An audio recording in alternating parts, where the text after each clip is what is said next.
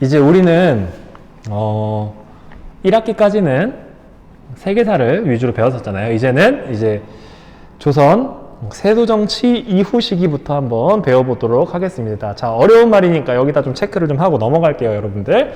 첫 번째로 근대국가 수립운동, 그리고 국권 수호 운동이라고 하는데 핵심은 그거예요.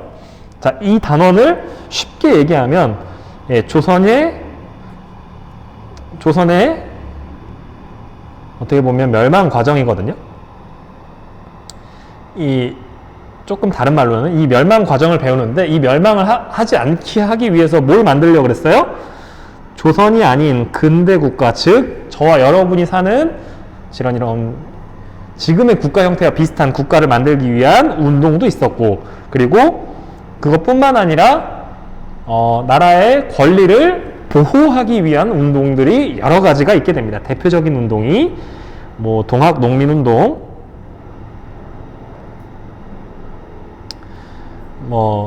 그 다음에 또 뭐가 있을까요? 대표적으로 우리가 이렇게 독립협회,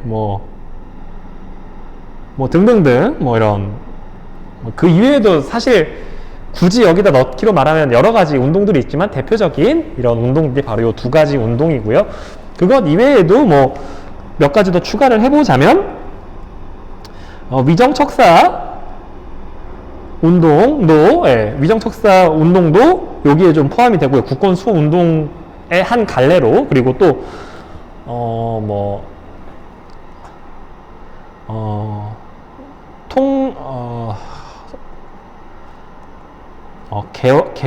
개화 내지는, 통상을, 개화운동, 그러니까 개화를 하자. 어떻게 보면 개항을 하자. 하는 이런 운동들도 여기에 어떻게 보면 포함이 된다. 이 국권 수호 운동에. 아시겠죠, 여러분들? 이렇게 좀 알아주시면 좋을 것 같습니다. 그래서 이런 것들을 좀 알아보도록 할게요. 그래서 요 2번 단원까지 같이 한번 다뤄보도록 하겠습니다. 다음, 독립문과 독립신문에 대해서 나오죠. 네. 그래서 요 밑에 있는 내용들을 잘 좀 봐주세요, 여러분들. 네. 이 시기 세계는이 중요한 게 아니라 한국사에서 어떤 일들이 있었는지 요 흐름들을 잘 파악해 주셔야 여러분들이 흔들림 없이 이해하는 거에 큰 도움이 됩니다, 여러분들. 그래서 다음으로 넘어가서 외세의 침략적 접근과 개항. 왜 침략적 접근을 했을까요? 자, 첫 번째로 우리가 자본주의에 대한 이해를 좀 해줘야 돼요. 원래는 여기다 물건 팔러 온 사람들이었거든요, 처음에는. 그래서 어쨌든 무슨 그런 것들을 좀 알아주셔야 되고요. 넘어가서 일단 흥선대원군에 대해서 배워보도록 하겠습니다. 흥선대원군 아저씨가 집권하기 전에 어떤 정치가 있었죠? 바로 이 세도정치라고 하는 정치체제가 있었습니다. 그래서 이 세도정치체제의 한계를 극복하기 위해서 고종 임금님의 아버지죠. 그래서 이하응이라고 하는 이름 3글자, 임금님들은 다 2글자라 그랬잖아요, 그죠? 그래서 이하응이라고 하시는 요 분이 유일하게 생존한 대원군이었으며, 유일하게 아무 직함을 맡지 않고 이 모든 조선의 정치개혁, 경제개혁 이런 것들을 추진하게 됩니다. 그래서 그런 것들을 좀 알아주시고요. 그래서 여기서 보게 되면 이양선이라고 하는 애가 왜 나오게 됐냐, 바로 요 밑에 있는 통상을 하기 위함이다라고 알아주시면 좋을 것 같고요. 통상은 서양 사람들이 물건을 판매하려고 오는 거다. 그래서 이미 청나라와 일본은 서양에 의해서 개항, 항구를 여는 것이 이게 진행됐고요. 문호를 개방한다라고 하는 게 어떻게 보면 외교 관계를 맺고 이 물건을 팔 수 있게 이 항구를 연다, 이런 뜻이라고 알아주시면 좋을 것 같습니다. 그래서 그런 것들 좀 알아주시고요.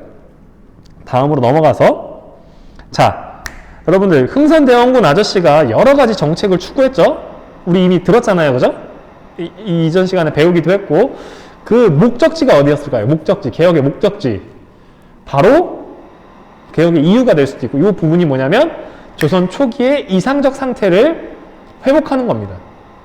자, 조선 초기의 이상적 상태라고 하면 너무 이게 뜬구름 잡는 것 같잖아요, 그죠? 그러니까 그 내용을 좀 더 보게 되면 바로 이 세종 임금님 시대라고 알아두셔도 큰 틀에서 무리는 없다. 아시겠죠? 그렇게 좀 알아주시면 좋을 것 같고요. 그리고 자, 흥선대원군은 누구라 그랬죠, 제가? 예, 고종의 아버지이자 왕족이죠, 그죠? 그러니까 자기 아들을 위해서 왕권 강화 정책을 열심히 추진합니다. 그 중에 하나가 이 세도정치 가문이 열심히 활용하던 비변사의 기능을 축소해서 왕권을 강화시키는 게 되는 거죠. 여기서 왕권을 약화시킨다고 하는 거는 비변사의 기능인 거예요, 여러분들. 비변사가 왕권을 약화시키는 기능을 하니까 안동김 씨가 이걸 통해서 기능 강화된 예를 통해서 왕권을 약화시켰다라고 하는 걸 알아주시고요. 그리고 이 정치개혁뿐만 아니라 경제개혁도 하게 되는데 호포제라고 하는 게 뭐냐면 여러분들 옆에다 제가 밑줄 쳐놨죠. 양반에게도 군포를 징수하게 됩니다. 이걸 통해서 상당수의 백성들이 그 흥선대원군의 정책들을 굉장히 지지하게 되고요. 그리고 문제와 논란이 많았던 환곡이라고 하는 제도도 사창제라고 하는 걸로 바꿨다. 그래서 이 사창제는 좀 옆에 있는 걸 한번 읽어봐 주시고요. 그래서 이 사창제라고 하는 것을 통해서 이런 여러 가지 탐관오래 수탈도 막아주고, 그리고 백성들에게 여러 가지 자벽과 여러 가지 추가 세금을 징수하던 이런 서원들을 대거 없애버리고 그 토지와 노비를 몰수해서 국가에 귀속시킵니다, 여러분들. 참 대단하죠, 여러분들. 그래서 성리학의 나라, 유교의 나라에서 이런 일들이 발생을 했다라고 알아주시고, 이런 경제적인 개혁, 정치적인 개혁의 마침표로 그 흥선대원군 아저씨가 추진했던 정책이 바로 경복궁 중건이 되겠습니다, 여러분. 이 경복궁 중건을 하는 데 있어서 돈이 없으니까 여러분들 돈을 찍어요. 여러분들 돈이 많아지면 돈의 가치는 어떻게 되죠, 여러분들? 당연히 떨어지게 되죠, 여러분들. 그래서 이걸 통해서 그 기존에는 소수 양반들, 기득권을 갖고 있었던 사람들이 어떻게 보면 그들의 과오를 지적하고 개혁하는 데 있어서는 그러니까 여러 다수 백성들이 지지를 보냈지만 여기에서는 양반과 농민 모두의 불만을 사게 되는 일이 발생을 합니다. 그래서 그 다음 넘어가서 보시게 되면 이 서원철폐라고 하는 게 여러분들 어떤 맥락에서 나왔는지를 한번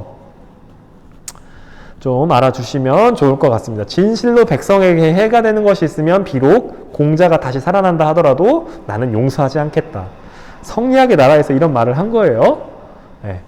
그렇게 좀 알아주시고요. 그리고 대원군은 이를 수정해서 동포를 제정하고, 이 때문에 예전에 면제됐던 사람들이 다시 신포를 바치게 되었다라고 알아주시면 좋을 것 같습니다. 그러니까 양반들도 세금 내라가 된 거예요.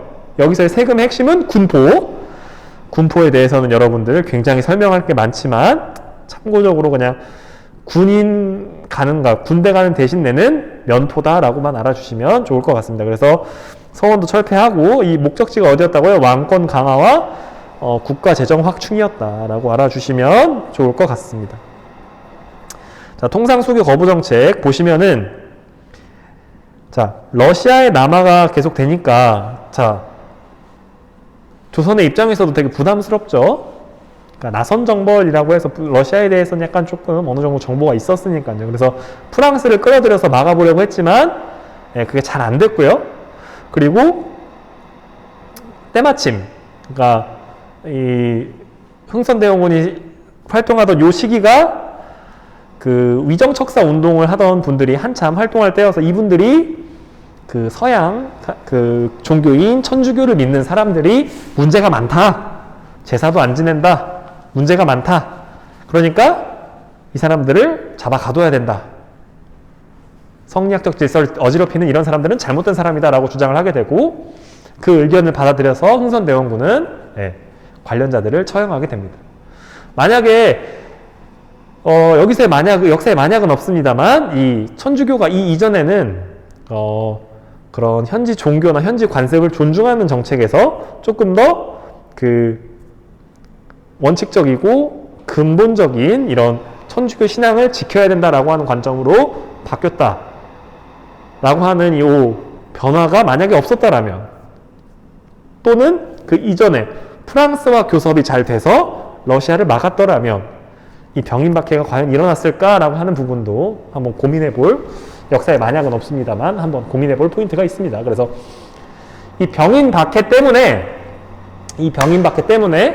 드디어 이제 이 프랑스 군이 이 강화도로 쳐들어오게 됩니다. 그게 바로 병인 양요가 되고요. 그래서 이 병인 양요는 정족산성에서 양원수 부대가 이 사람들을 물리치면서 끝나긴 했지만 외규장각 도서가 많이 프랑스에게 뺏기게 되고요. 그리고 여기에서 어람용이라고 해서 임금님이 보던 버전, 그거에 대해서 이제 프랑스가 많이 가져가게 됩니다. 그래서 그런 것들이 있었고요. 그래서 참 이게 서양 사람들이 욕을 해달라고 최선을 다해서 노력하는 또 다른 사례가 또 하나 발생을 합니다. 그게 바로 뭐냐면 통상수교 요구를 해서 거절당하면 어떻게 해야 돼요? 다른 상품을 갖고 와야죠. 그죠? 야, 나 물건 사줘. 여기 물건 마음에 안 들어? 아, 그럼 다른 거 갖고 올게. 이렇게 해야 되는데 갑자기 동양에 대해서도 그릇된 생각이 있다 보니까 흥선대원군이라는 사람이 여기서 대빵인데 그 사람 아버지의 묘가 근처래. 거기 가서 도굴 하면 왔다 가는 경비는 좀 남지 않을까라고 하는 그런 좀 그릇된 생각을 하다 보니까 이 흥선대원군 아버지의 묘를 도굴하려고 했었고요. 실제로 이 도굴 사건 이후에 여러분들 그 다음 페이지나 다다음 페이지에 나올 텐데 척화비라고 하는 게 만들어지면서 서양과 화친하는 것, 서양과 친하게 지내는 것만으로도 정말 잘못된 활동이다. 그거는 나라를 파는 행동이다 라고 하는 이런 그러니까 비석들이 조선 곳곳에 세워지게 됩니다, 여러분. 그래서 그런 것들을 좀 알아주시고요. 이 외세 침략과 대응, 요 흐름을 이번 14페이지와 15페이지에 있는 걸 흐름을 쭉 이어서 이해해 주시면 고맙겠습니다. 그래서 핵심은 그거예요.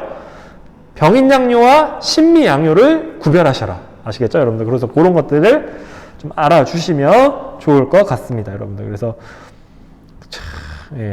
했었고 병인양요가 일어나기 전에 또 심지어 여러분들 제너럴 셔머노가 대동강 물이 불어 있을 때 타고 올라와 가지고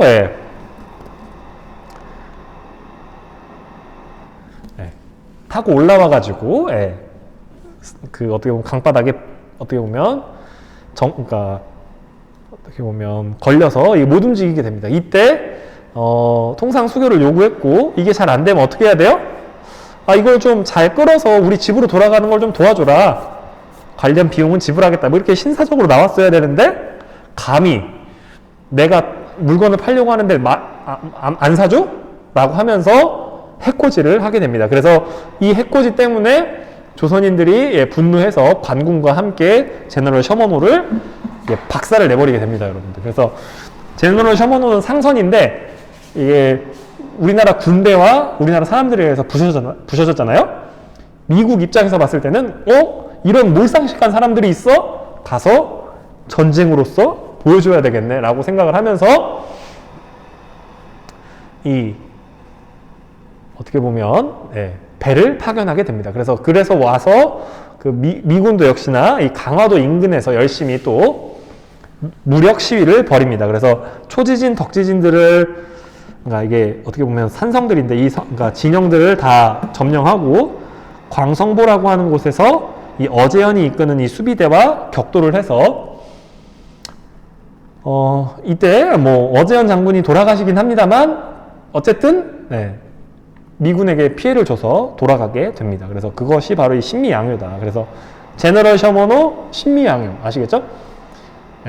1866년인 거예요. 아시겠죠? 제너럴 셔머노 사건은. 그래서 한 5년 정도 걸렸다라고 하는 것들을 알아주시면 좋을 것 같습니다. 그리고 이 두 차례의 외세 침략 때문에 제가 얘기했었죠. 이 척화비라고 하는 게 전국에 세워졌다. 자, 여기서 그러면 싸우지 않는다고 항복하는 건 아니잖아요. 이 화의라고 하는 게 항복이라는 뜻인데 어쨌든 이게 참 이게 이런 극단적인 견해만 남게 됩니다, 여러분들. 그래서 무력 침입을 막아냈다라는 긍정적인 점은 있지만 뭐라고 해야 될까요? 발전하는 속도, 근대 문화를 받아들이고 그걸 활용해서 발전하는 속도는 굉장히 느려지게 됐다라고 하는 걸 알아주시면 좋을 것 같습니다.